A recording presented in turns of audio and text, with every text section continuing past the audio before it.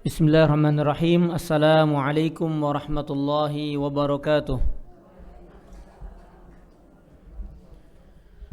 Alhamdulillahi rabbil alamin. Wa sallallahu ala nabiyyina Muhammadin al-mab'uts rahmatan lil alamin. Asyhadu an la ilaha illallah wahdahu la syarika lah. Wa ashhadu anna Muhammadan abduhu wa rasuluhu alladzi la nabiyya wa la rasula ba'dah. Qala Allah Ta'ala fil Qur'anil Karim, ya ayyuhalladzina amanu taqullaha haqqa tuqatih wa la tamutunna illa wa antum muslimun. Amma ba'd, ibu-ibu, para akhwat, para ummahat, rahimani wa rahimakunallah. Semoga Allah senantiasa melimpahkan rahmatnya kepada kita semuanya. Alhamdulillah, bersyukur kita kepada Allah Subhanahu wa ta'ala. Sebagaimana tadi disinggung, di tengah kesibukan kita tinggalkan sejenak urusan-urusan duniawi, dan kemudian kita duduk bersama untuk kembali menundukkan hati kita, merendahkan jiwa kita di hadapan Allah, di hadapan kalamullah.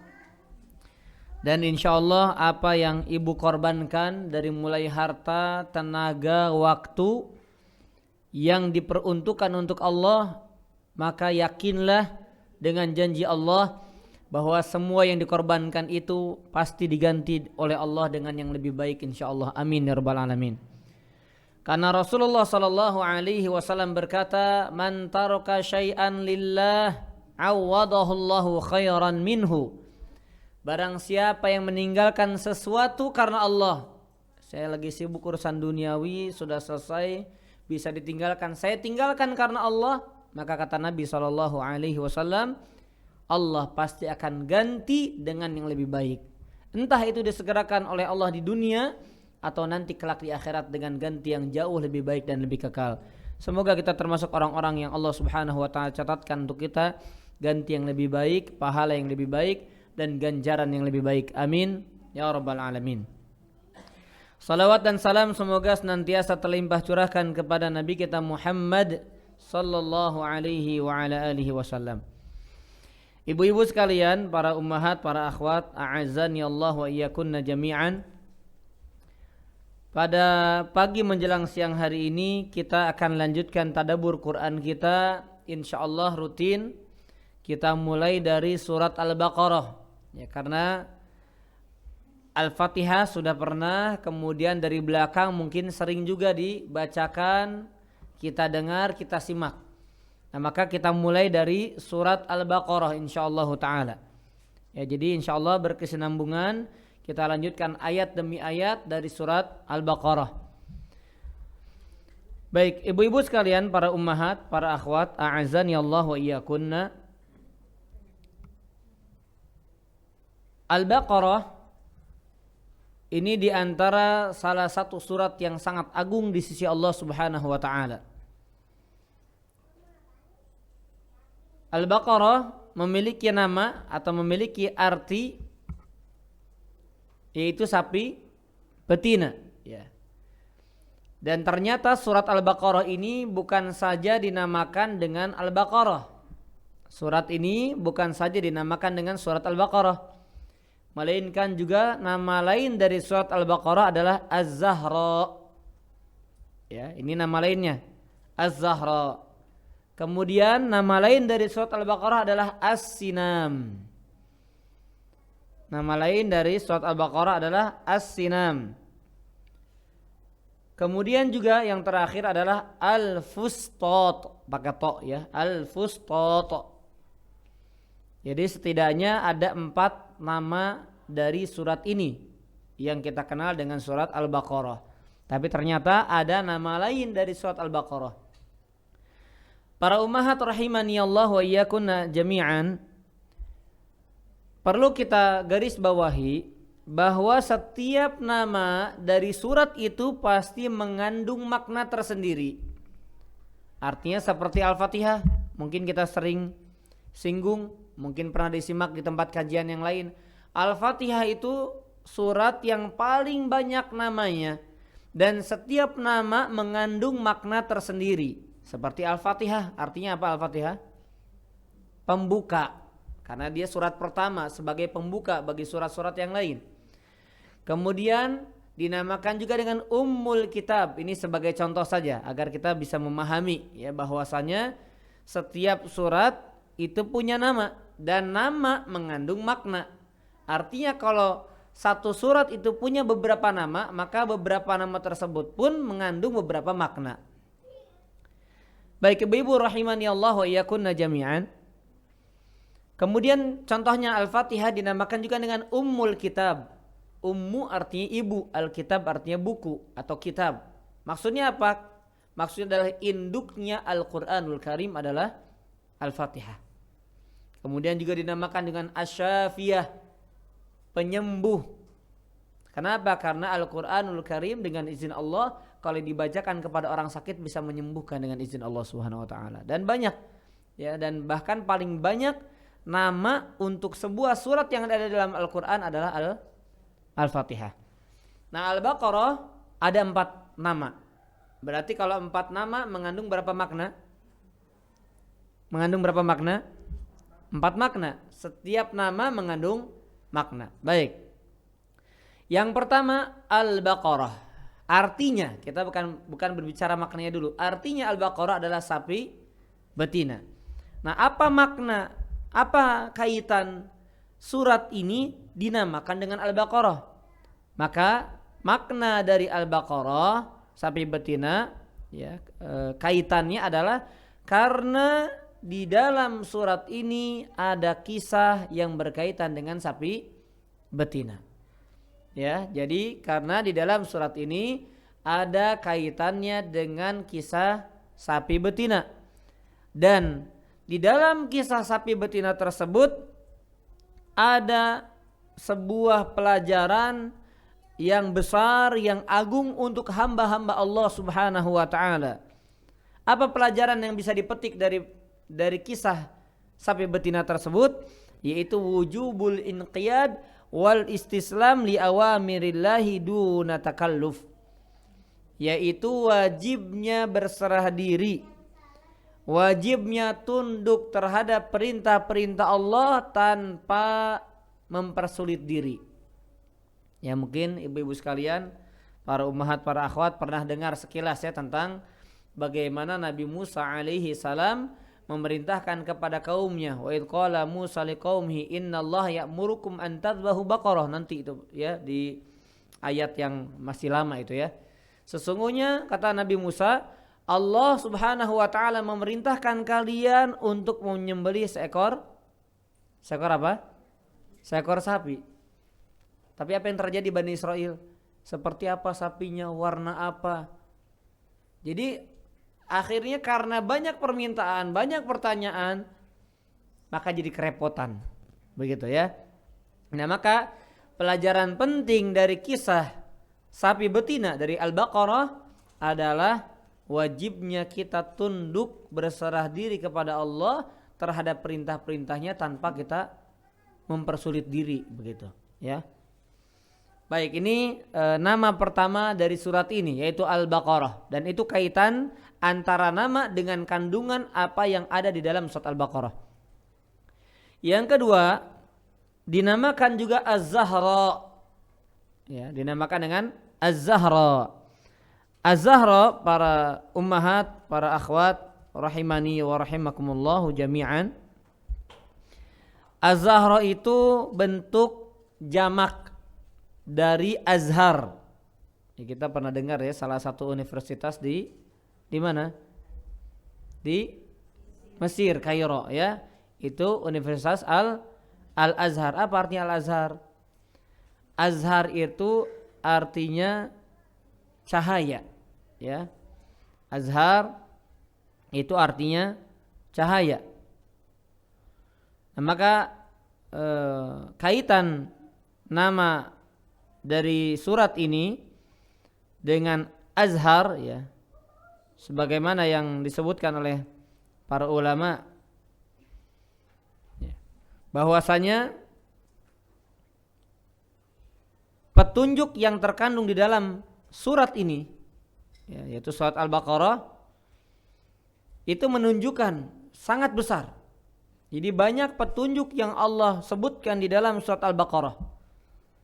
Kemudian juga karena besarnya pahala bagi orang yang membaca, mentadaburi dan mengamalkan kandungan yang ada di dalam surat Al-Baqarah, maka disebut dengan surat Az-Zahra. Ya, nanti ini kaitannya dengan sebuah hadis yang menunjukkan keutamaan surat Al-Baqarah, tapi ini digabungkan keutamaan Al-Baqarah dengan keutamaan Ali Imran, karena Ali Imran pun sama, Az-Zahrawain, dua surat bercahaya begitu. Jadi Zahra artinya cahaya, yang sangat bercahaya begitu. Sesuatu yang sangat bercahaya itu dinamakan dengan Zahra, dan itu bentuk jamak dari Azhar, ya. Az-Zahra itu bentuk mudzakarnya dari bentuk mudzakarnya adalah Azhar. Kalau Zahra itu bentuk muannasnya, makanya biasanya akhwat, ya, biasanya anak itu dinamakan dengan Zahra. Maksudnya adalah maknanya bercahaya.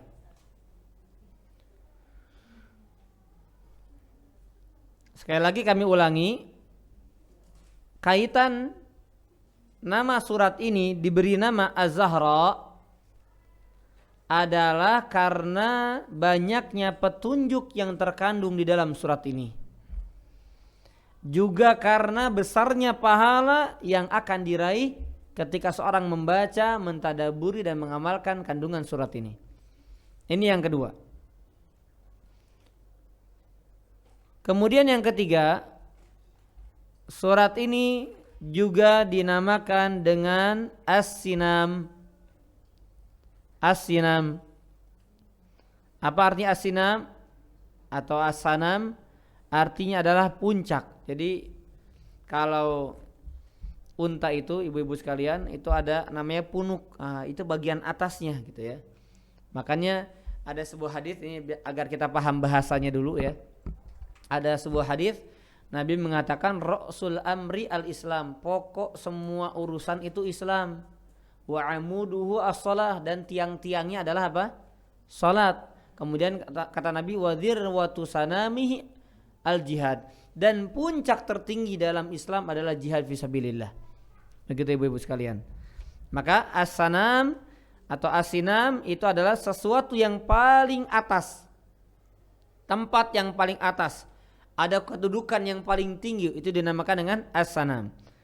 Lalu apa kaitan nama ini dengan kandungan makna dari surat Al-Baqarah ini?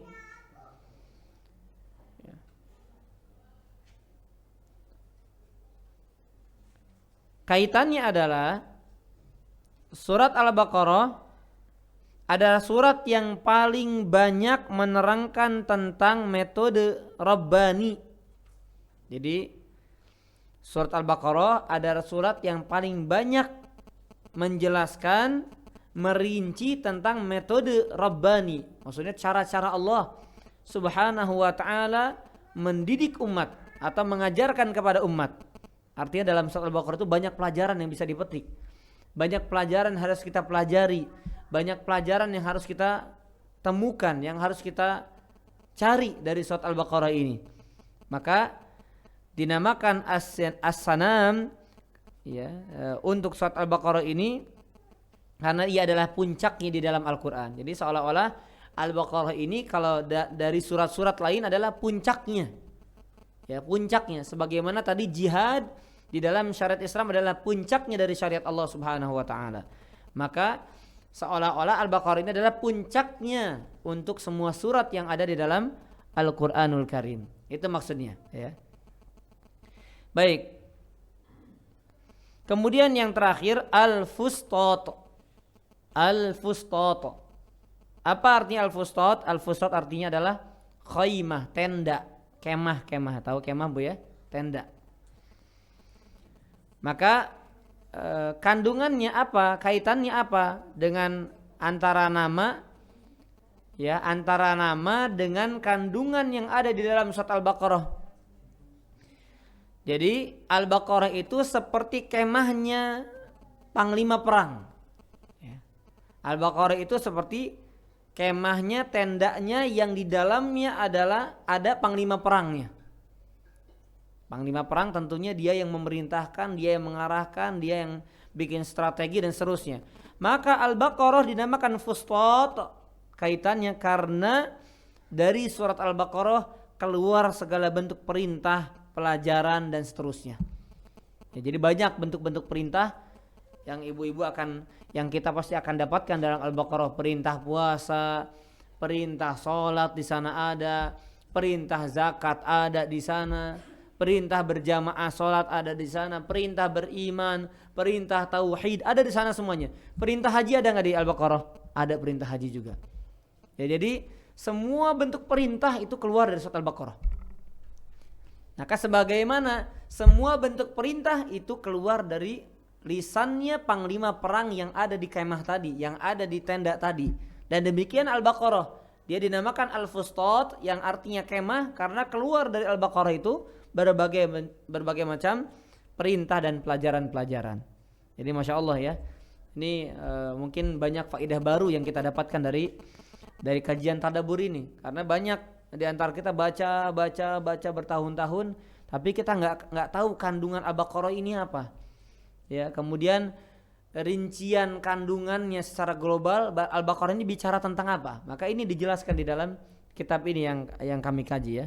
Tentunya saya menggunakan beberapa referensi ya, di antaranya tafsir Muyassar, tafsir singkat ya, kemudian tafsir Ibnu Katsir, kemudian di antaranya juga ada buku ya namanya Awwalu Marrah Atadabbarul Quran. Ya, untuk pertama kalinya aku mentadabburi Quran. Baik, ibu-ibu rahimani wa rahimakumullahu jami'an.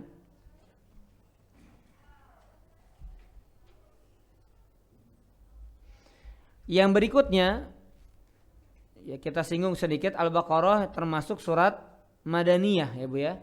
Al-Baqarah termasuk surat Madaniyah yang turun setelah Nabi sallallahu alaihi wasallam hijrah dari kota apa? Kota Makkah menuju Madinah ya. Jadi Al-Baqarah turun setelah Nabi hijrah dari kota Makkah menuju kota Madinah. Walaupun sebetulnya tanda dari surat Makkiyah di dalamnya ada kisah Adam, Ibu. Jadi di antara tanda surat Makkiyah ada ada kisah Adam. Nah di surat Al-Baqarah ada nggak kisah Nabi Adam? Ada di awal-awal Ibu ya. Kalau Ibu buka halaman berikutnya itu langsung kisah Nabi Adam itu ya. Di halaman kedua setelahnya. Ya, wa idh qulna lil malaikati isjudu, diperintah Allah untuk malaikat dan iblis agar sujud kepada Nabi Adam. Jadi kalau ada surat ibu-ibu sekalian berbicara tentang kisah Nabi Adam itu pasti Makkiyah, kecuali Al-Baqarah di antaranya. Ada pengecualian. Ya, makanya Al-Baqarah ini termasuk dalam kategori surat Madaniyah. Surat yang turun setelah Nabi sallallahu alaihi wasallam hijrah ke kota Madinah. Baik, kemudian kita lanjutkan. Yang berikutnya adalah berkaitan dengan apa keutamaan dari surat Al-Baqarah. Ya, keutamaan surat Al-Baqarah.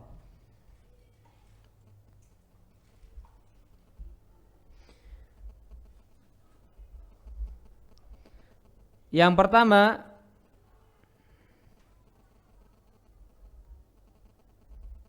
dari keutamaan surat Al-Baqarah adalah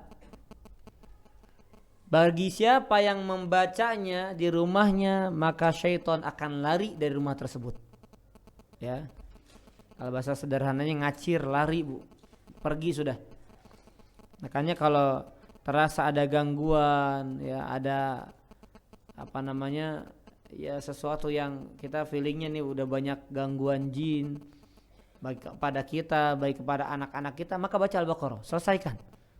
Ya selama-lamanya berapa jam Al-Baqarah ini ya. Kalau terbata-bata mungkin nyampe 3 jam ya. Tapi nggak masalah, maksudnya kita berusaha ya. Karena untuk mengusir syaitan ini ya kita nggak tahu ya, karena nggak kelihatan mereka dari kalangan jin ya. Perkara yang gaib nggak kelihatan. Maka di antara keutamaan Al-Baqarah adalah barang siapa yang membaca surat ini di rumahnya, maka syaitan akan lari dari rumah tersebut. Hadisnya riwayat Muslim. Kata Nabi SAW, la taj'alu buyutakum maqabir.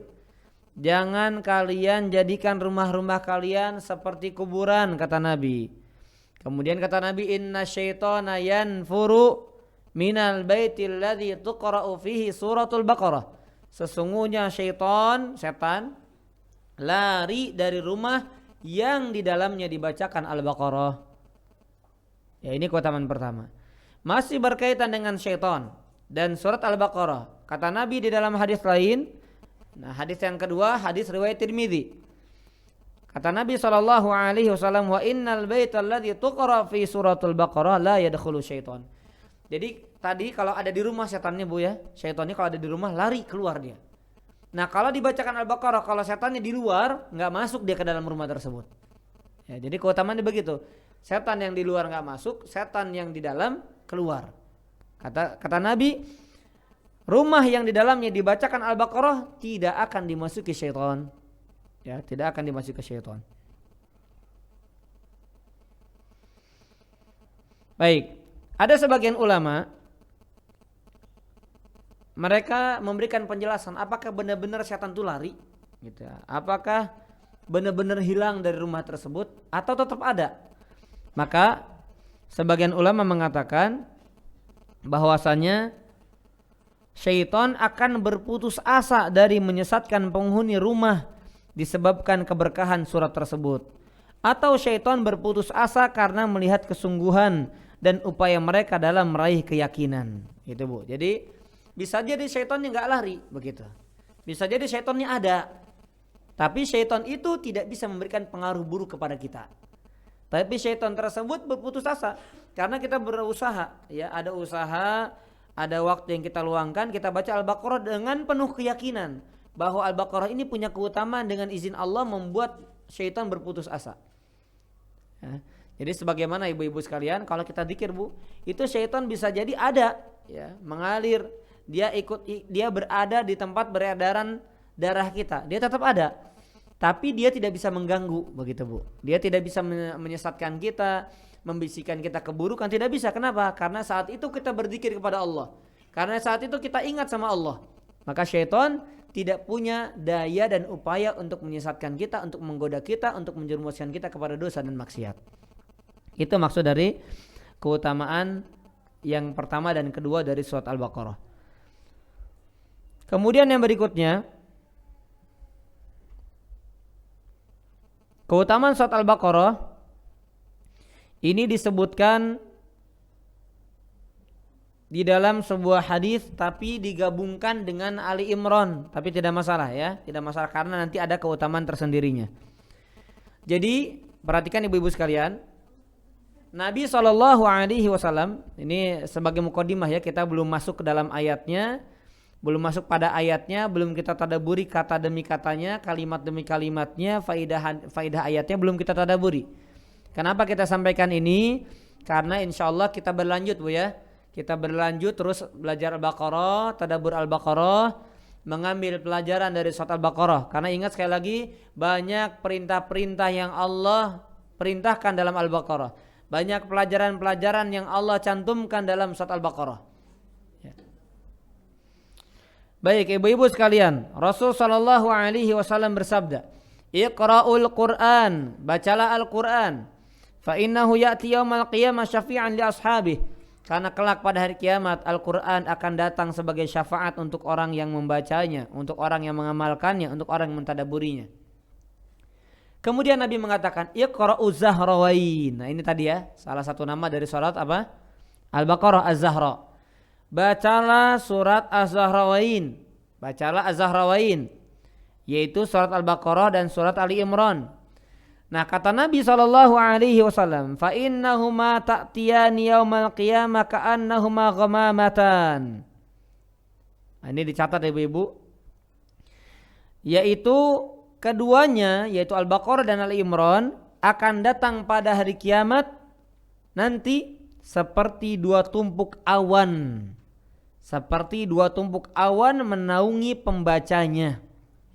Yang pertama, ya, ibu-ibu sekalian, seperti apa tadi? Dua tumpuk awan, diingat-ingat. Ya, jadi nanti ibu, kalau kita baca Al-Baqarah, baca Ali Imran, maka kelak pada hari kiamat datang di atas kepala kita seperti dua tumpuk awan yang menaungi kita. Kenapa? Karena pada hari kiamat matahari didekatkan hanya 1 mil, Bu. Ya, hanya 1 mil. Jarak antar kepala kita dengan matahari hanya 1 mil. Kalau itu terjadi di dunia, kebakar semuanya, Bu. Jangankan hidup manusia, bumi aja hancur. Ya. Terus nanti gimana bisa terjadi? Semuanya qadarullah. Ya, semuanya atas takdir Allah Subhanahu wa taala. Makanya nanti orang-orang yang ada di padang mahsyar, ya, ketika di hari pengadilan itu mereka tenggelam dengan keringatnya sendiri. Ada yang semata kaki, ada yang selutut, ada yang sepinggang, ada yang sebahu, bahkan ada yang seluruh tubuhnya tenggelam di keringatnya. Tergantung amalnya seberapa, tergantung dosanya seberapa, begitu. Baik. Nah, makanya pahala dari bacaan Al-Baqarah dan Ali Imran akan datang seperti tumpuk awan yang menaungi kita. Masya Allah, jadi gak panas, Bu. Kemudian yang kedua, kata Nabi SAW, atau seperti kata Nabi SAW, ka'annahum firqan min tayrin sawaf tuhajjani an ashabihima, atau seperti dua kelompok burung yang sedang terbang dalam formasi hendak membela pembacanya. Jadi, Bu, seperti kelompok burung, kita pernah lihat, Bu, ya, kelompok burung yang di udara itu seperti akan membela, begitu ya, seperti akan menjadi pembela bagi orang yang suka membacanya. Baik, kemudian kata Nabi SAW, beliau mengatakan, bacalah Al-Baqarah, iqra'u surat Al-Baqarah. Bacalah Al-Baqarah karena dengan membacanya akan memperoleh berkah. Jadi ini keutamaan berikutnya, Bu, ya. Surat Al-Baqarah mendatangkan keberkahan. Kemudian wa tarkaha hasratun wala tastati'uhal batalah, dan barang siapa yang meninggalkan mempelajari membaca Al-Baqarah maka akan mendatangkan penyesalan dia. Na'udzubillah min dzalik, ya. Jadi ibu-ibu sekalian, orang yang baca Al-Baqarah akan didatangkan keberkahan untuknya. Orang yang gak berusaha meluangkan waktu baca Al-Baqarah, mentadaburi Al-Baqarah, mengambil pelajaran dari surat Al-Baqarah, kata Nabi SAW, kelak akan menjadi penyesalan dia di hari kiamat. Makanya mudah-mudahan Allah catat niat kita, ibu-ibu sekalian, ya, sampai akhir kita terus berlanjut, ya, walaupun terbilang sebulan sekali, ya, kita lanjut terus. Kalau kita punya niatan, insya Allah Allah mewafatkan kita di atas niat kita tersebut. Sekalipun baru beberapa ayat, baru beberapa puluh ayat, tapi kita mati seolah-olah sudah menghatamkan Al-Baqarah. Kenapa? Ya Allah, saya sudah niat, tetapi umurku yang tidak sampai. Ya, itulah keutamaan umatnya Muhammad, Bu. Itulah keutamaan umatnya Nabi Muhammad SAW, bahwasanya mereka akan dihitung, dimatikan di atas niatnya. Makanya perbanyak niat, ya, tekadkan dalam hati, niatkan dalam hati, semua dilakukan karena Allah Subhanahu wa taala. Kalau niatan, ya, apa yang kita niatkan dalam hati itu tidak sampai kita kerjakan, tapi Allah tahu bagaimana niat kita. Kalau kita jujur, maka Allah akan sampaikan kepada apa yang kita cita-citakan, insyaallah taala. Baik. Kemudian ibu-ibu sekalian rahimani wa rahimakumullah, ya, kita sedikit berikan penjelasan. Tadi ibu-ibu ada kata-kata tentang keutamaannya, bahwasanya surat Al-Baqarah, surat Al-Imran akan datang seperti apa tadi pertama? Seperti awan, ya. Kemudian yang kedua seperti apa? Seperti burung, ya, dalam formasi hendak membela. Maka kata para ulama, ganjaran pertama diberikan kepada pembaca kedua surat tersebut. Jadi orang yang baca gak paham maknanya aja dapat keberkahannya, Bu. Masya Allah. Ini keutamaan Al-Baqarah dan Al-Imran, ya. Orang yang baca, jadi kata-kata atau, seperti atau itu bukan, kan biasanya kalau kita bilang atau itu kan karena keraguan, tapi ini pilihan. Pilihan ganjaran. Pilihan yang pertama bagi orang yang membaca tanpa memahami maknanya. Yang kedua diberikan kepada pembaca yang paham maknanya. Dan yang ketiga diberikan kepada pembaca yang memahami maknanya dan mengajarkannya pada orang lain. Ya, jadi Masya Allah ya, dari keutamaan Al-Baqarah ini sangat banyak disebutkan oleh Rasulullah Sallallahu Alaihi Wasallam. Kemudian para ummahat rahimani wa rahimakumullahu jami'an,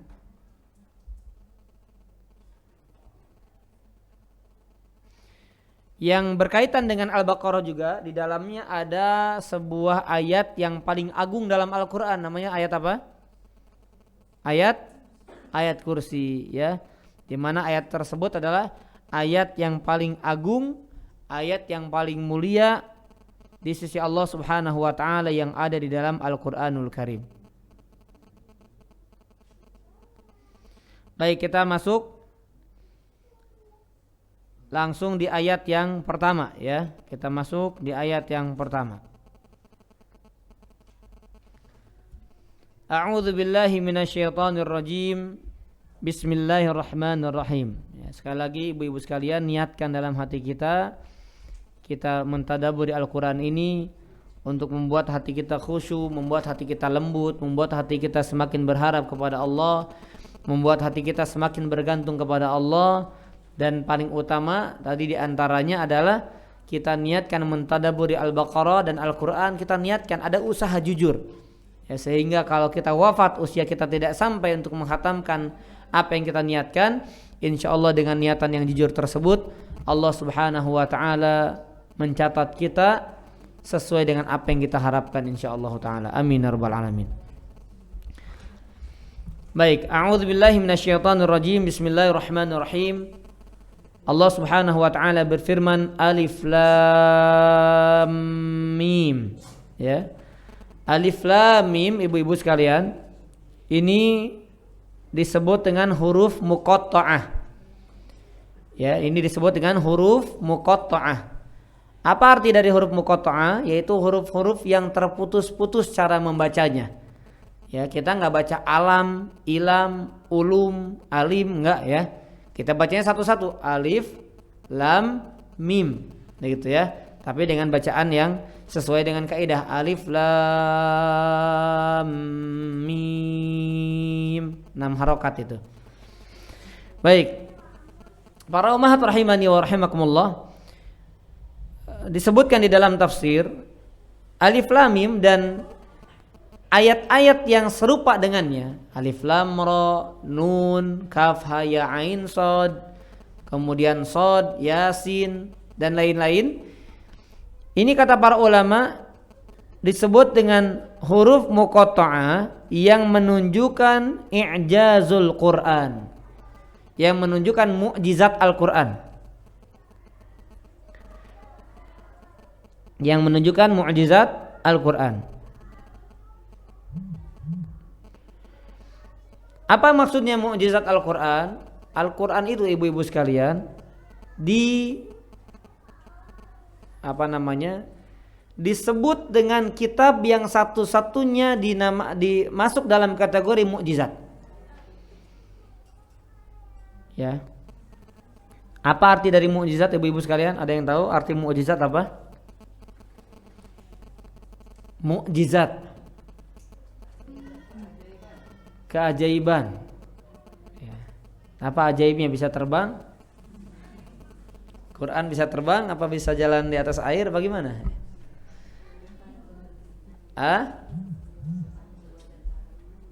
Apa menundukkan?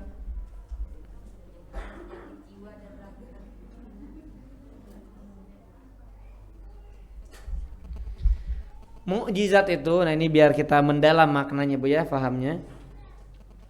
Memang kalau belajar itu harus bertahap, harus bersabar Bu ya, jangan baru satu ayat ini seperti satu pertemuan, jangan ya Bu ya. Satu ayat tapi kita mendalam maknanya, itulah yang dinamakan dengan tadabbur. Tadabbur itu kan ta'ammul fi ma'anil Quran, memperhatikan dengan sesama dari makna-makna Al-Quran ya. Kalau sekadar bicara Al-Baqarah Bu, apa isi kandungannya secara umum itu satu pertemuan selesai insyaallah Bu. Ya, tapi kalau tadabbur ayat demi ayat, sabar ya Bu ya.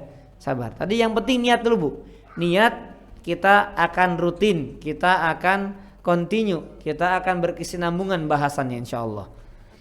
Baik, yang dinamakan dengan mukjizat ibu-ibu sekalian, karena ini alif lam mim ini diantara bentuk mukjizatnya Quran. Karena dulu orang-orang musyrik ditantang sama Allah. Ditantang sama Allah, kalau kalian bisa mendatangkan satu Quran, nggak bisa.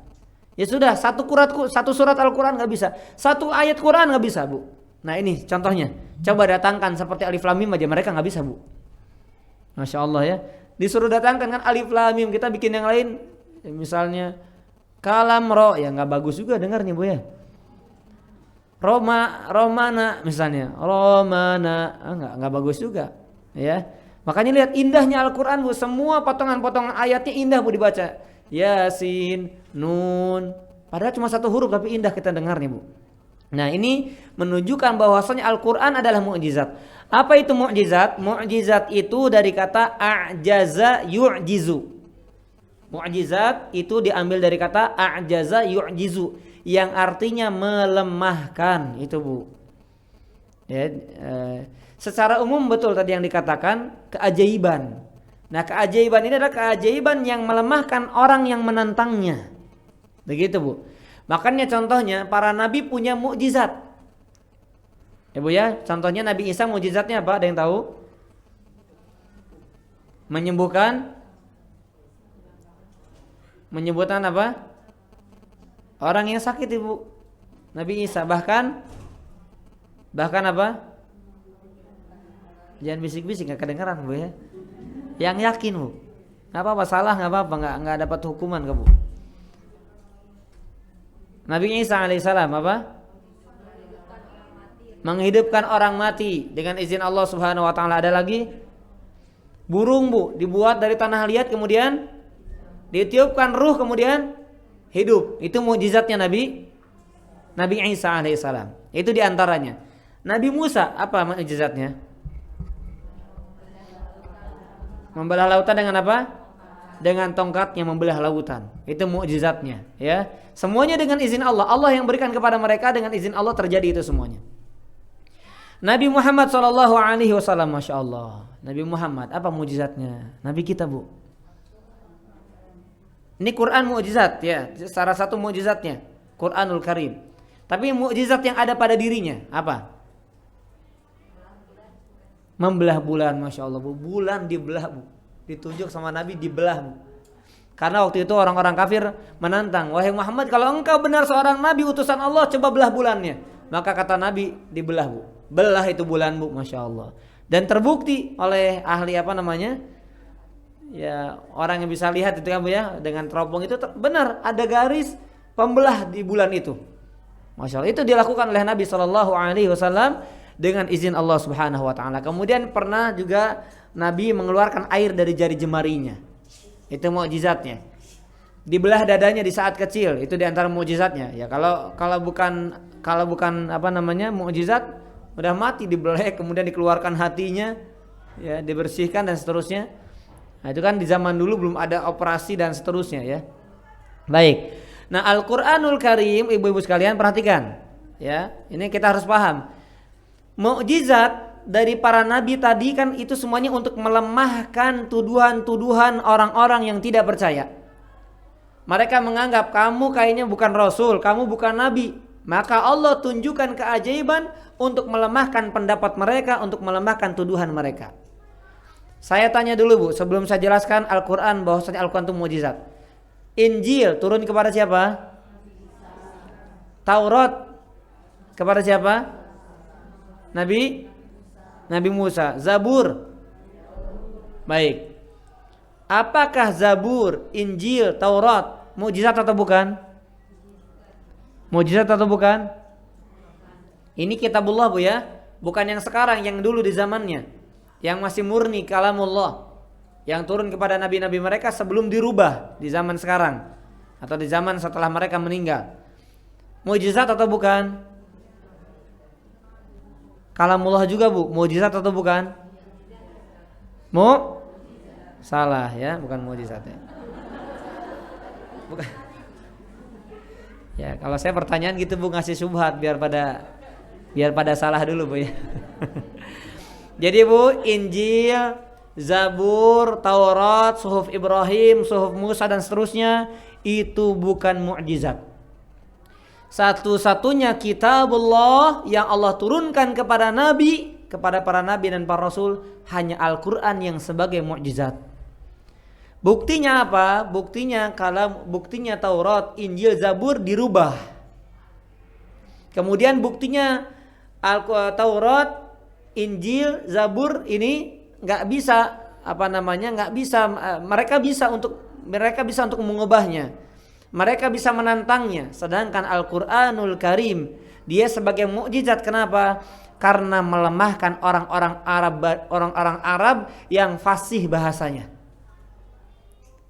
Faham ibu? Al-Qur'anul Karim turun di tengah orang-orang Arab yang fasih bahasanya, terutama orang Quraisy. Makanya ketika Nabi SAW diturunkan oleh Allah Subhanahu wa Ta'ala melalui malaikat Jibril Al-Qur'anul Karim, orang Arab gak bisa bantah. Kenapa? Betapa indahnya kalamullah sehingga didatangkan penyair yang paling handal yang ada, yang paling jago sedunia saat itu. Mereka gak bisa bikin yang seindah Al-Qur'anul Karim. Makanya mereka hanya dalam hatinya saja yang mereka yakin itu kalamullah, tapi hanya karena sombong mereka gak mau mengakui. Karena kalau secara dipikirkan ini bukan perkataan manusia. Makanya Allah mengatakan apa? Wa ma huwa biqauli syair. Ini bukan perkataan penyair. Nggak mungkin penyair sampai seindah ini, nggak mungkin, Bu. Itu Masya Allah Al-Quran ya. Jadi Al-Quran sebagai mukjizat karena turun di tengah orang-orang Arab yang jago bahasanya, jago ngomongnya, indah kalimat-kalimatnya. Tapi ketika diturunkan Al-Quran, tidak ada yang bisa membuat seperti Al-Quran. Akhirnya melemahkan sebagai bukti bahwasanya Muhammad adalah seorang nabi dan seorang rasul utusan Allah Subhanahu wa Ta'ala. Udah skakmat mereka gitu, Bu ya. Skakmat mereka. Cuma ya ada saja orang-orang yang tidak beriman begitu, Bu. Karena kesombongan. Kalau secara pengakuan orang Yahudi pun mengaku itu nabi yang benar begitu. Cuma karena mereka sombong maka mereka tidak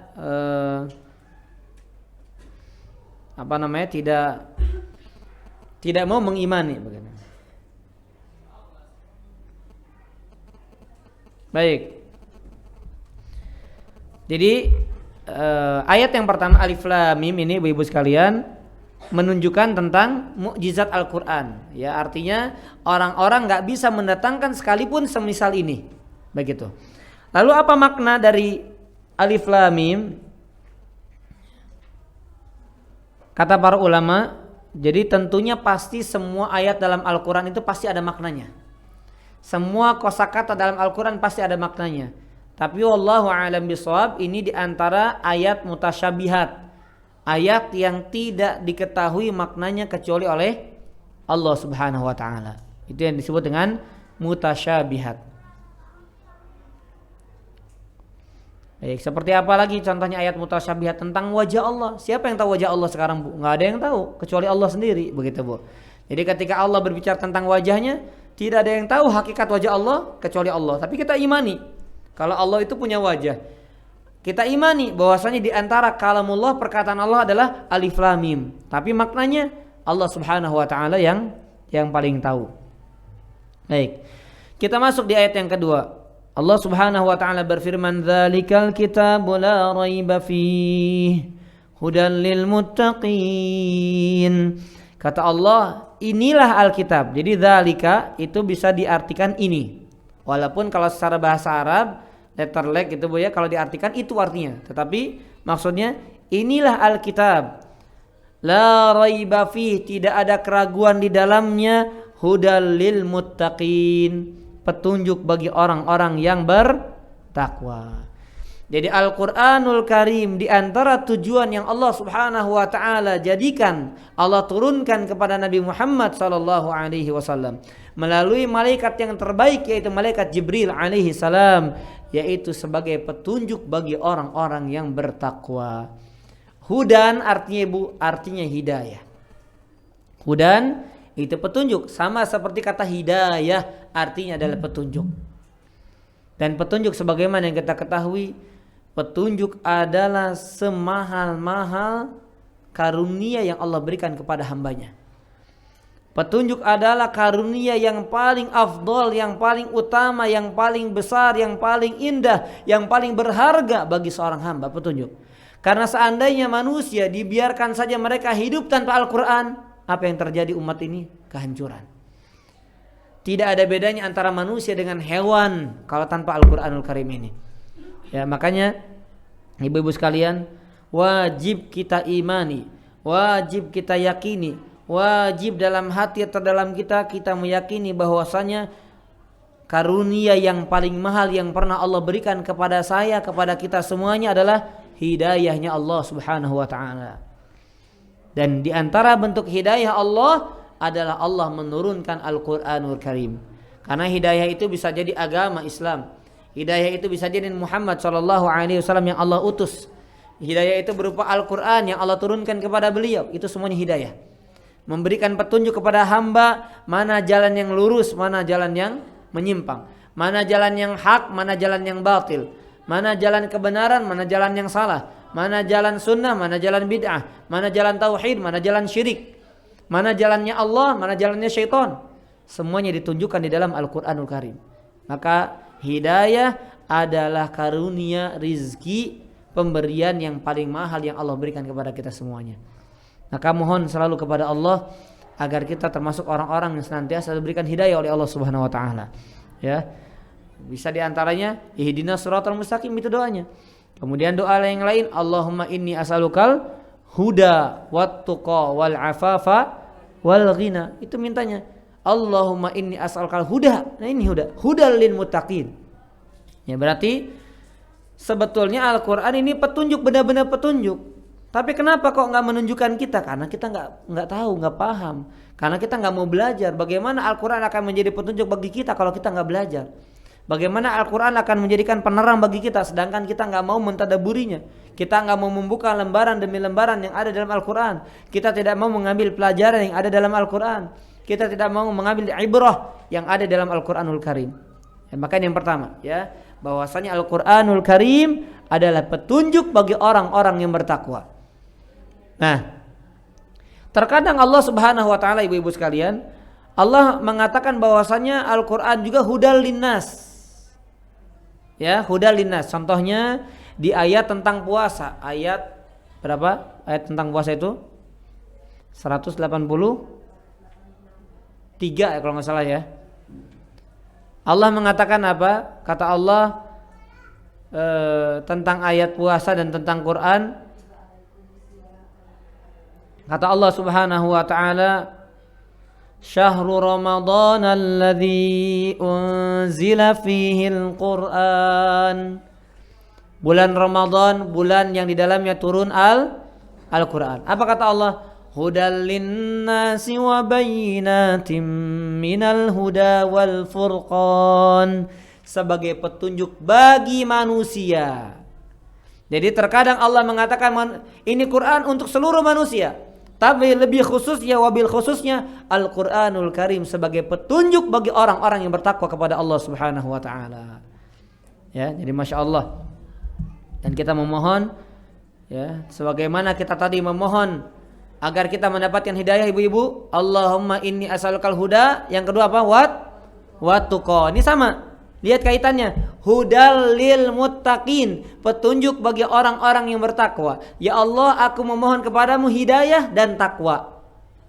Kenapa? Karena hidayah Allah peruntukkan untuk orang-orang yang bertakwa. Jadi Quran ini, Bu, bisa menjadi petunjuk bagi siapa? Bagi kita yang bertakwa. Bagaimana akan menjadi petunjuk bagi orang-orang yang kafir? Gak mungkin, Bu. Orang kafir gak beriman dengan Al-Quranul Karim. Orang kafir gak percaya. Nah, ketika oleh Allah Subhanahu wa taala dimunculkan imannya, dimunculkan takwanya, maka dia akan beriman dengan apa yang tercantum di dalam Al-Qur'anul Karim. Baik sesuatu yang tidak dia sukai, baik sesuatu yang dia sukai, baik sesuatu yang bahkan dia benci, kalau sudah ada takwa, dia tunduk. Oh, ini perintah Allah. Udah enggak ada tawar-menawar lagi. Ya, ini perintah Allah. Makanya Quran menjadi petunjuk bagi orang yang bertakwa. Baik. Ibu-ibu sekalian rahimani wa rahimakumullah, kemudian di ayat berikutnya Allah merinci siapa orang yang bertakwa. Berarti ayat yang berikutnya datang sebagai penjelasan tentang sifat orang-orang yang bertakwa. Siapa mereka? Apa sifatnya? Ya. Dan sering di dalam Al-Qur'anul Karim, ibu-ibu sekalian, para akhwat sekalian, sering di dalam Al-Qur'anul Karim Allah enggak mengatakan nama orang, enggak. Kebanyakan enggak disebutkan. Rata-rata yang disebutkannya itu adalah sifat. Kenapa? Karena siapapun namanya, siapapun orangnya, apapun status sosialnya, apapun jabatannya, kalau punya sifat ini maka dia masuk ke dalam golongan orang bertakwa. Makanya enggak disebut sama Allah jenis kulitnya, bahasanya seperti apa, dari negara mana, enggak disebutkan. Bagaimana bentuk matanya, enggak disebutkan. Ya, enggak disebutkan. Yang Allah sebutkan adalah sifatnya.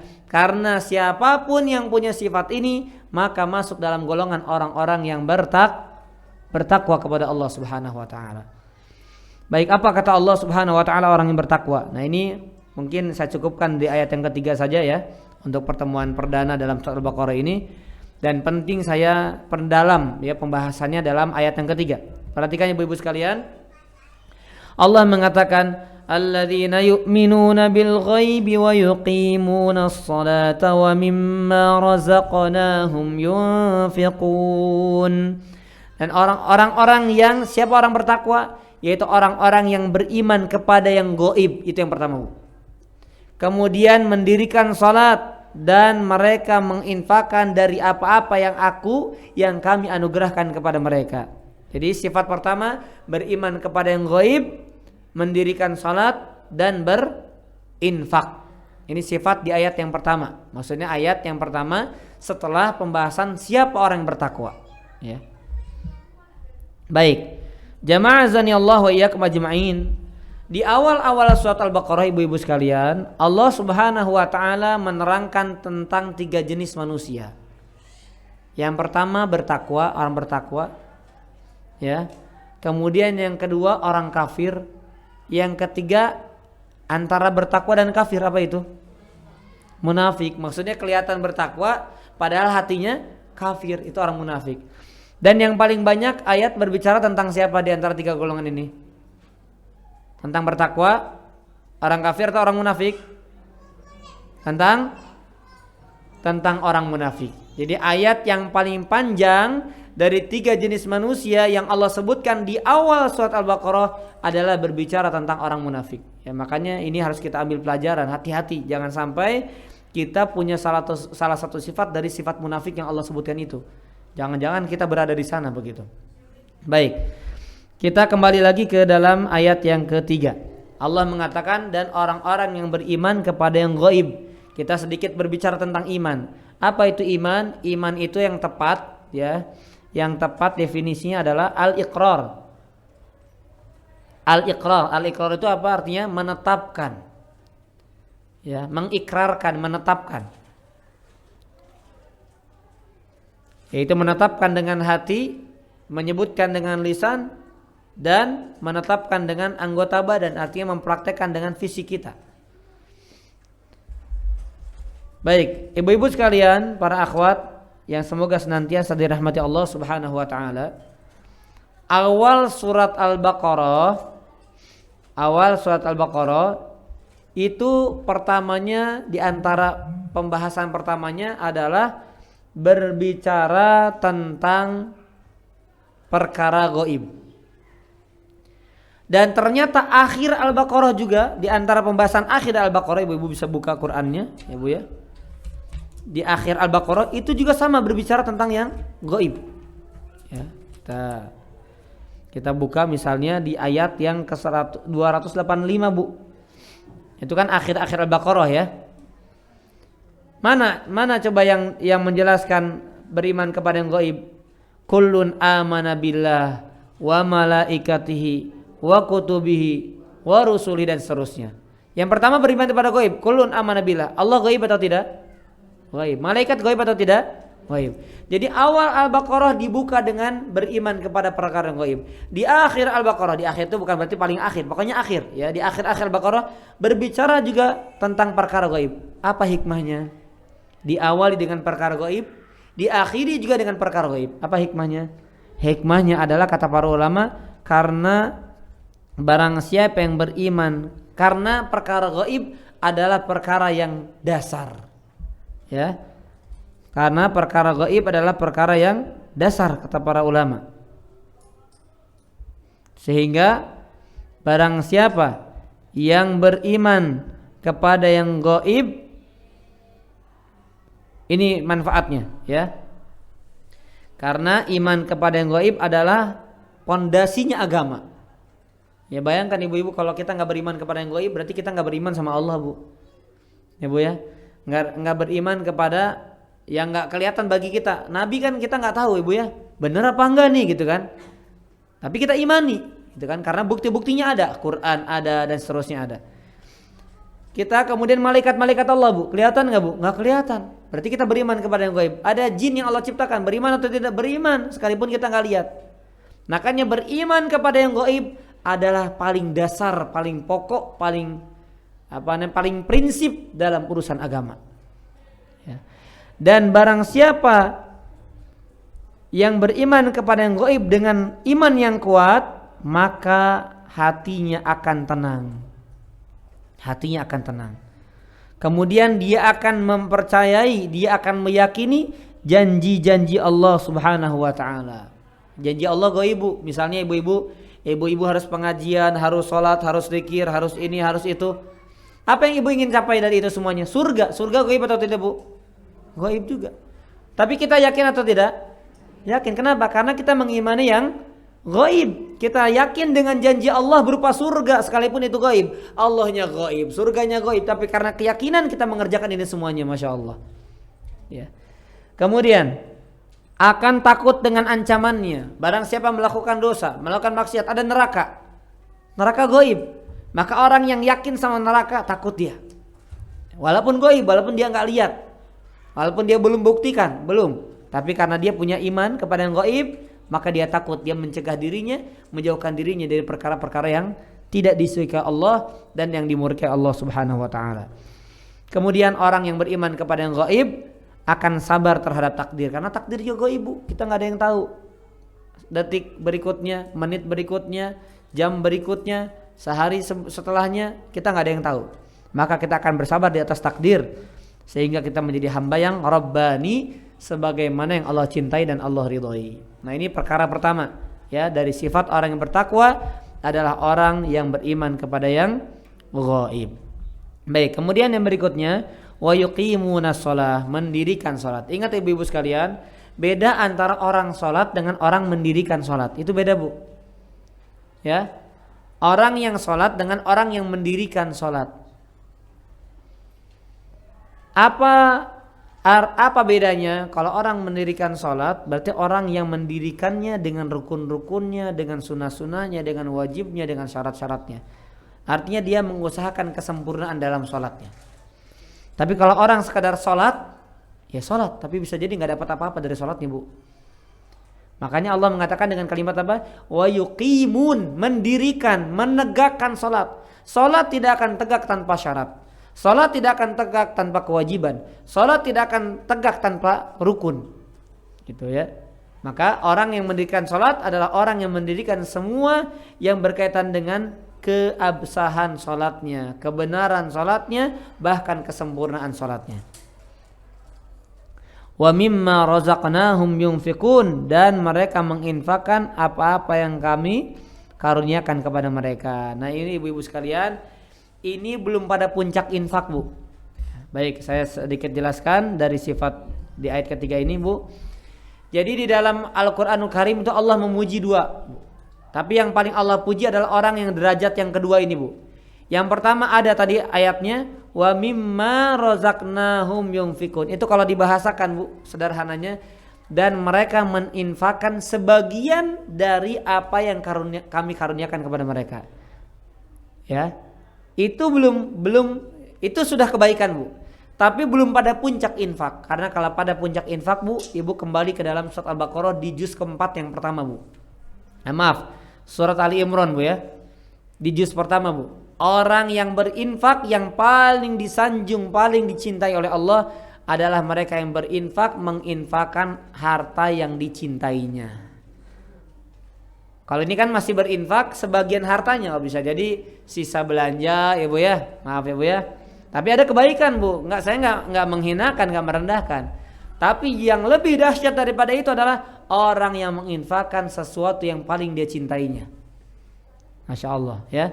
Makanya Allah mengatakan apa? Lan tanalul birra hatta tunfiqu mimma tuhibbun. Engkau tidak akan mendapatkan kebaikan sampai engkau menginfakkan apa-apa yang kau cintai. Jadi saran dari kami, sebagaimana ini saran yang kami baca dari seorang ulama besar, Syekh Muhammad bin Shalih Al-Utsaimin rahimahullahu taala, beliau mengatakan setidaknya seumur hidup pernah kita sekali mensedekahkan salah satu harta yang kita cintai. Misalnya ibu-ibu punya baju, Bu. Ada baju paling favoritnya, itu infakkan sekali-kali, Bu. Yang paling ibu cintai itu infakkan. Saya nggak mengatakan wah berarti mobil, rumah, enggak. Ya, waduh berat itu, Bu ya. Habis ini nggak boleh lagi saya ngisi kajian ya. Waduh, ustadznya aja beli yang banyak yang dia sukai, kalau disuruh infakkan yang paling dicintai. Kan jenis harta kita kan ada baju, Bu ya, ada peralatan rumah tangga, ada kendaraan, kemudian ada yang lain-lain lah. Dari kategori-kategori itu, Bu, coba infakkan salah satunya, Bu, yang paling ibu cintai.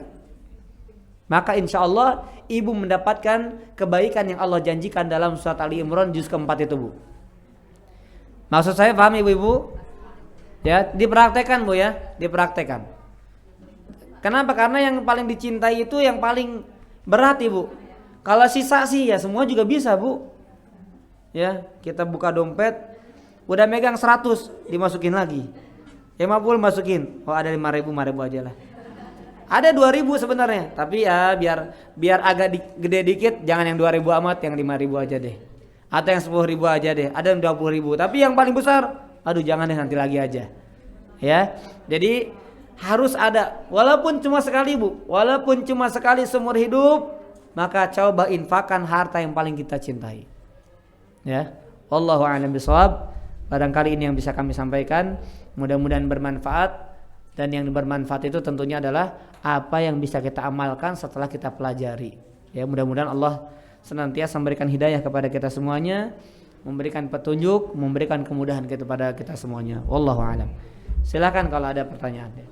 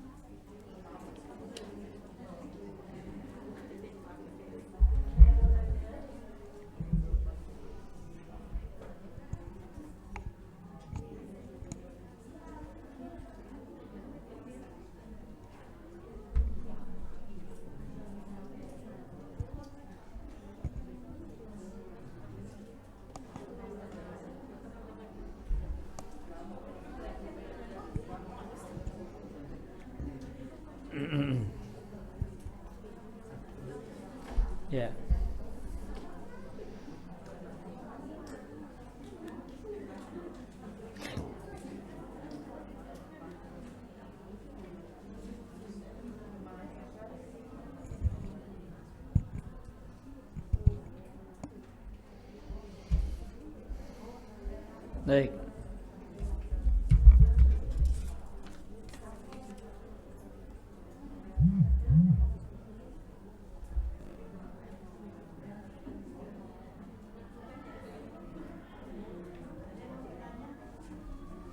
Baik ibu-ibu sekalian, untuk keutamaan yang pertama ada pertanyaan, mohon diperhatikan.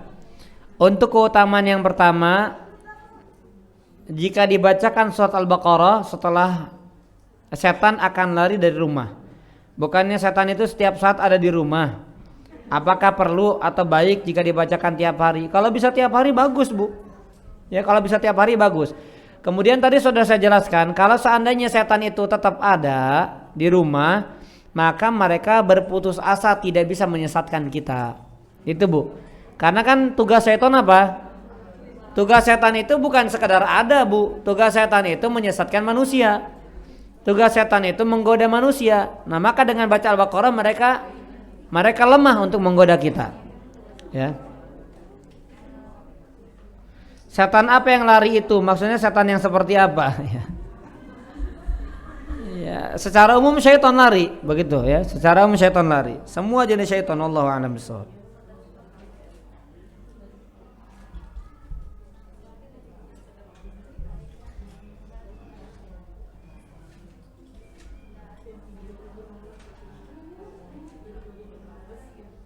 Baik, ada lagi, silakan.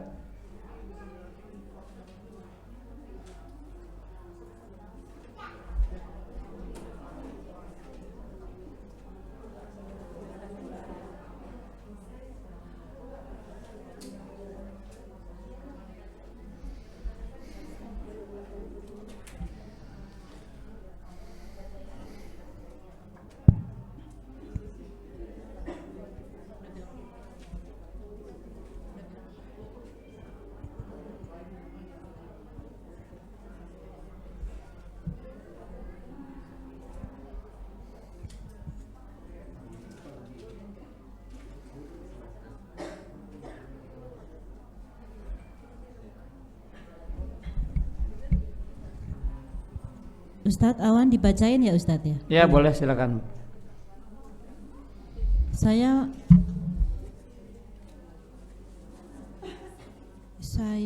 apa ya?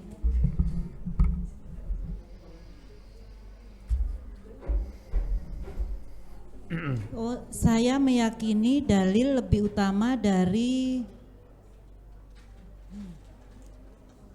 jika saya mengatakan bahwa sebenarnya semua masuk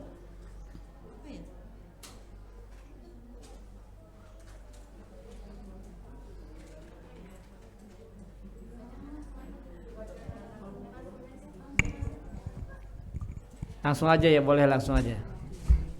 Assalamualaikum Ustadz, terima kasih waktunya. Assalamualaikum warahmatullahi wabarakatuh. Saya meyakini bahwa dalil itu memang diutamakan daripada akal. Namun dalam beberapa fakta secara ilmiah bahwa kurang kedengaran Bu? Iya. Namun dalam beberapa fakta ilmiah sebenarnya kan semua itu akhirnya terbukti gitu loh Ustadz. Bagaimana kalau saya berpendapat ketika ada yang menanyakan dari teman-teman yang masih belum ikut kajian bahwa sebenarnya apa yang Allah sampaikan, apa yang Allah katakan itu sebenarnya masuk akal, hanya saja belum sampai pada akal kita saat ini. Seperti halnya yang Ustadz sampaikan tentang bulan terbelah, faktanya adalah terbukti secara ilmiah dan beberapa hal yang lainnya. Seperti itu bagaimana Ustadz? Apakah diperbolehkan untuk bersikap seperti itu? Terima kasih Ustadz. Assalamualaikum warahmatullahi wabarakatuh. Waalaikumsalam warahmatullahi wabarakatuh. Baik, bagus ya. Jadi Bu, betul sebagaimana Ibu sampaikan, tapi nanti Ibu jangan sampaikan semuanya masuk akal. Jadi pasti bisa diterima oleh akal, gitu ya. Nah, Ibu yang Ibu sampaikan tadi sudah benar. Bahwasanya dalil itu yang menjadi tolak ukur dalam beragama, bukan akal. Tapi sebetulnya semua masuk akal, hanya saja ada yang akal nggak sampai. Akal nggak sampai, makanya akal tidak menjadi tolak ukur, begitu Bu. Nah, tapi ada juga perkara-perkara yang nggak bisa dibuktikan dengan akal Bu. Makanya tadi akal itu ya bisa masuk, tapi ada yang dimana akal nggak bisa masuk, akal nggak sampai. Contohnya apa? Contohnya adalah ketika kita berwudu Bu. Ya, ketika kita berwudu. Karena kita buang angin, yang kita basuh bukan dubur kita, maaf Ibu ya, tapi yang kita basuh tangan kita, kemudian wajah kita, kaki kita. Padahal yang berkaitan dengan yang kotor, yang keluar angin adalah dubur kita. Nah, kayak ini nggak masuk akal. Ya, jadi di sini nggak ada ranah akal di situ. Jadi artinya beberapa atau kebanyakan, ya kalau kita bisa katakan kebanyakan masuk akal, terbukti secara ilmiah dan seterusnya. Secara realita terbukti. Tapi dalam beragama ya tidak bisa demikian. Makanya Ibu sampaikannya mungkin tinggal ditambahkan saja apa yang sampaikan Ibu benar, tapi ada beberapa yang tidak bisa akal masuk di sana. Gitu Bu. Makanya orang beriman itu orang yang menundukkan akalnya kepada dalil, bukan menjadikan dalil mengikuti akalnya.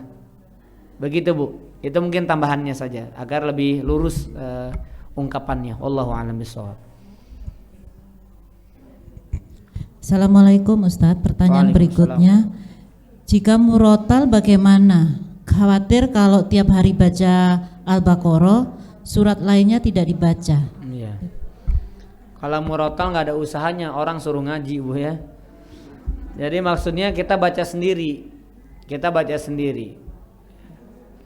Karena ya sebetulnya waktu kita banyak Bu ya. Sebetulnya waktu kita banyak. Memang tidak diwajibkan baca Al-Baqarah setiap hari, tidak diwajibkan Bu. Yang ada sunnahnya itu Al-Muluk setiap hari, Al-Ikhlas, Al-Falaq, kemudian An-Nas, ayat kursi itu tiap hari dibaca. Tapi kalau Al-Baqarah memang tidak harus setiap hari begitu. Makanya tadi saya katakan kalau misalnya hawa-hawanya sudah mulai seperti banyak gangguan, mungkin baca saat itu. Ya, itu diantaranya. Ya, wallahu a'lam bishawab. Baik. Pertanyaan berikutnya Ustadz. Bismillah. Barakallah Ustadz, semoga ilmunya bermanfaat. Pertanyaan saya, tanda-tanda setan lari dari rumah itu dijelaskan tidak di dalam Al-Quran. Ya, baik. Yang kedua, ketika kita mengenal orang tua kita sebagai orang yang baik selama hidupnya, ternyata saat ini kita mengetahui satu kesalahan yang fatal. Apa yang mesti kami doakan sebagai anaknya? Ya. Baik. Tanda setan itu lari, wallahu alam, kita tidak mengetahui yang pasti dari perkara yang gaib.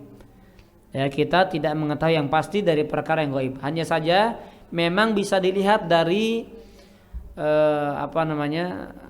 dari sikap yang terjadi atau dari suasana yang terjadi. Misalnya Bu ya, seperti orang yang kesurupan, kita tahu setan itu lari dari orang itu ya ketika dia normal lagi.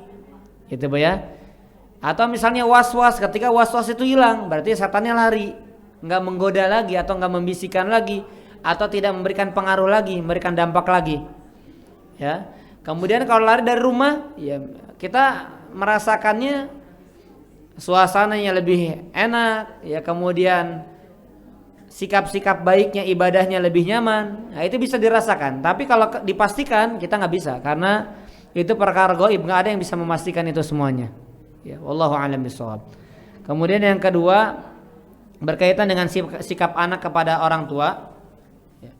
Orang tua jangankan dikenal baik kemudian melakukan kesalahan. Jangankan demikian kondisinya, dari awal menjadi orang yang salah, sikap anak tetap wajib berbakti kepada orang tua. Itu aja sikap anak itu. Bahkan orang tua berbuat syirik itu kan dosa yang paling besar daripada zina, dosa lebih besar daripada riba, dia dosa lebih besar daripada korupsi, itu syirik kepada Allah. Kalau mereka adalah orang yang menyekutukan Allah. Apa kata Allah dalam surat Luqman? Wa in jahadaka litusyrika ma laysa laka bihi ilmun fala tuti'huma. Kalau keduanya memaksamu, mengajakmu untuk berbuat syirik kepada Allah, maka jangan kamu taati. Kata-kata jangan taati bukan kita berarti durhaka sama mereka. Tidak boleh durhaka, tapi jangan ditaati kalau yang salahnya. Ya. Kemudian kalau kita mendapati kesalahan dari orang tua, nasihati sebaik mungkin, sebijak mungkin. Itu kepada orang tua. Karena kewajiban berbakti kepada orang tua itu tidak putus karena mereka melakukan kesalahan, tidak putus karena mereka beda keyakinan sama kita, tidak putus karena mereka beda agama sama kita, tetap berlaku. Nah, kemudian kita dakwahi sebagaimana Nabi mendakwahi pamannya, Nabi mendakwahi kerabatnya dan seterusnya. Ya, wallahu a'lam bishawab. Mungkin ini yang terakhir Ustadz. Ya, mohon perhatiannya ibu-ibu agar lebih tenang. Bismillah, izin bertanya Ustadz, ini dari peserta Zoom Ustadz. Ya. Tentang 3 jenis manusia. Salah satunya orang munafik. Ciri orang-orang munafik itu seperti apa ya? Kenapa ada di kategori orang bertakwa dengan orang kafir? Jika misal kehilangan nikmat beribadah, apakah dalam hati jangan-jangan menyimpan sifat munafikkah? Baik. Berkaitan dengan munafik, pertanyaannya bagaimana, seperti apa orang munafik? Nanti kita akan bahas ya di pembahasannya. Tapi secara umum orang munafik adalah orang, ini maksudnya adalah munafik yang tulen.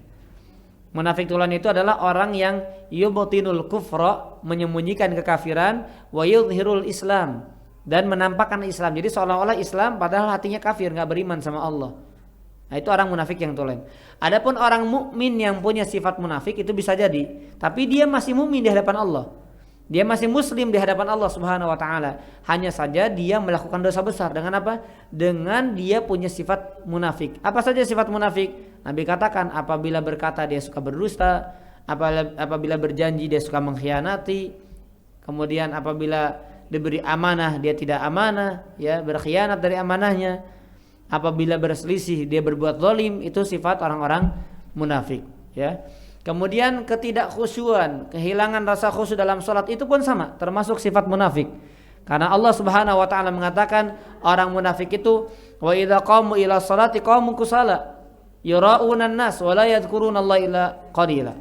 Orang munafik itu kalau mengerjakan salat dalam keadaan malas dan dalam keadaan ingin dilihat, ingin dipuji. Kemudian tidak mengingat Allah dalam salatnya kecuali sedikit. Maka kalau ada tanda itu pada kita, berarti bisa jadi ada benih-benih kemunafikan dalam diri kita. Ya, orang sholat tapi dalam keadaan malas. Makanya malasnya harus dilawan, Bu. Kalau malas sholat itu dilawan pertama. Kemudian ketika sholat banyak kelamun dilawan juga itu bayangannya. Karena yang harusnya kita dalam sholat itu mengingat Allah. Nah, orang munafik itu mengingat Allah juga, Bu. Cuma sedikit kata Allah. Nah, kalau berarti kita kondisi sholatnya begitu, berarti sama dengan kondisi orang munafik sholatnya. Gitu ya. Banyak-banyak beristighfar, banyak-banyak mohon sama Allah agar hati kita ini hati yang senantiasa terpaut dengan Allah, terpaut dengan akhirat. Karena orang banyak kelamun tuh rata-rata kenapa? Penyakit pertamanya apa? Cinta dunia. Jadi dunianya di bawah sholat, Bu. Kita mengatakan Allahu Akbar padahal hakikatnya ad-dunya akbar gitu, Bu. Makanya kebawa sama sholatnya. Ketika sholat mikir dunia, ketika sholat mikir dunia. Sujud kepada Allah tapi memikirkannya dunia. Ya, kita mohon ampun kepada Allah dan mudah-mudahan Allah Subhanahu wa taala memberikan kekhusyuan kepada kita semuanya. Amin ya rabbal alamin. Baik. Mungkin itu ibu-ibu sekalian pertanyaan sebagai penutup. Insyaallah lebih rincinya tentang sifat orang bertakwa, sifat orang kafir dan sifat orang munafik akan kita kaji di pertemuan-pertemuan berikutnya. Wallahu a'lam bishawab. Mohon maaf apabila ada kesalahan dari kami dan yang benar tentunya datang dari Allah Subhanahu wa taala. Kita tutup dengan doa kafaratul majlis. Subhanakallahumma bihamdika asyhadu an la ilaha illa anta astaghfiruka wa atubu ilaik. Wassalamualaikum warahmatullahi wabarakatuh.